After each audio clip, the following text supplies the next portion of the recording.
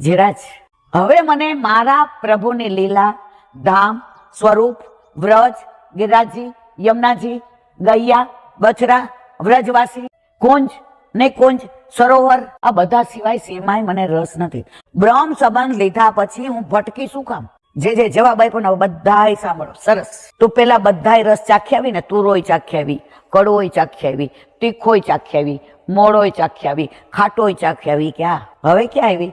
માધુર્ય રસમાં. હવે તને કોઈ એમ કે હાલો રૂપાલ હાલતા તું જાય, એ કે વાલા વાલા હવે રૂપાલનું નામ એ નો લો. હવે તને આની સમજણ પડી કે આ બધા રસ જે ના ચાખ્યા હોત ને, સિદ્ધિ અહીંયા આવી હોત ને, તો તને અહીંથી ઘડી ઘડી ત્યાં જવાનું મન થાય.